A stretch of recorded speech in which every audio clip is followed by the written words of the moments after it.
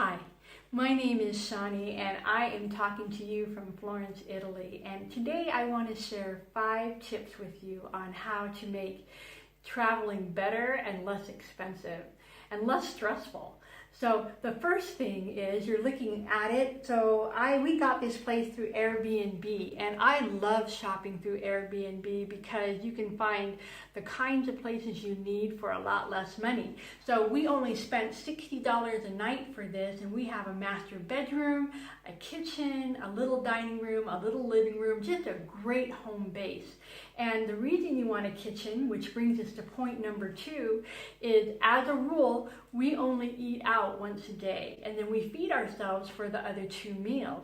So we go and have that really fun, foodie restaurant experience, and then we eat ourselves. And that might sound kind of boring, but it's not, because the way we do it is we'll go to the open air market. We get out among the people and into the culture and do our people watching and talking, and it's really quite fun.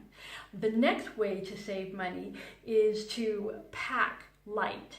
And that really, we could do a whole video just on the science of packing light. But for international flights, you only get 22 pounds, and that is not very much. And they do not let you cheat. They count everything. They count the food you take on. They count your purse.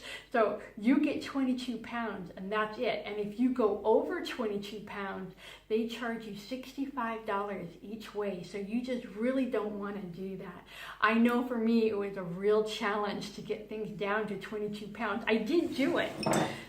See, here we go. That's everything for 2.5 weeks. And the way I did it is I did things like take lighter, smaller versions of things. This is my brush, okay? This fun little thing brushes my hair, and it's really small. And so you just kind of learn to do tricks like that so you can get your weight down. I'll give you another example. I packed a dress for church because we were going to be here for 3 Sundays. I was going to church 3 times.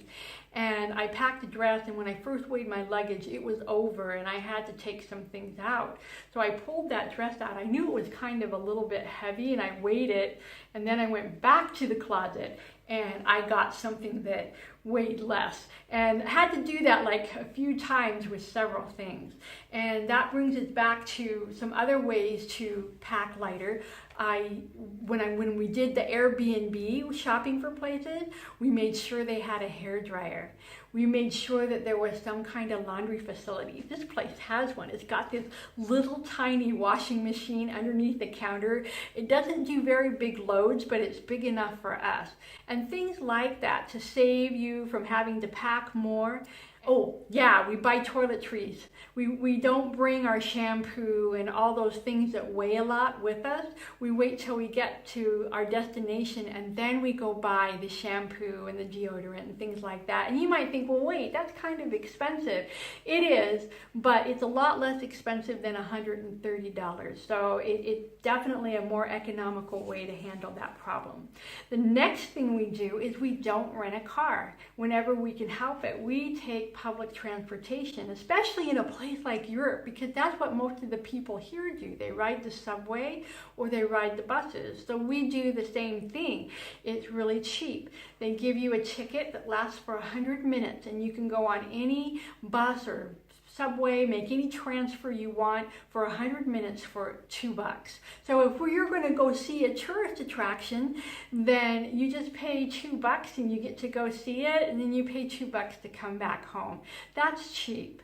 And the last thing I want to tell you about is in Europe, unfortunately, there's a lot of pickpockets, and especially in Italy. And I was talking to an American who's a member of the ward here, and he says everybody either gets pickpocketed, or someone in their family gets pickpocketed, or a friend at work gets pickpocketed. It's fairly common, and that can just ruin your trip.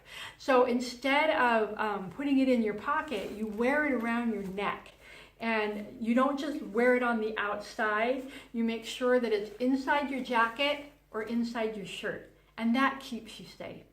I hope that you get to come and travel and do those kinds of trips that you want to do. And remember, the less you spend, the more you get to travel.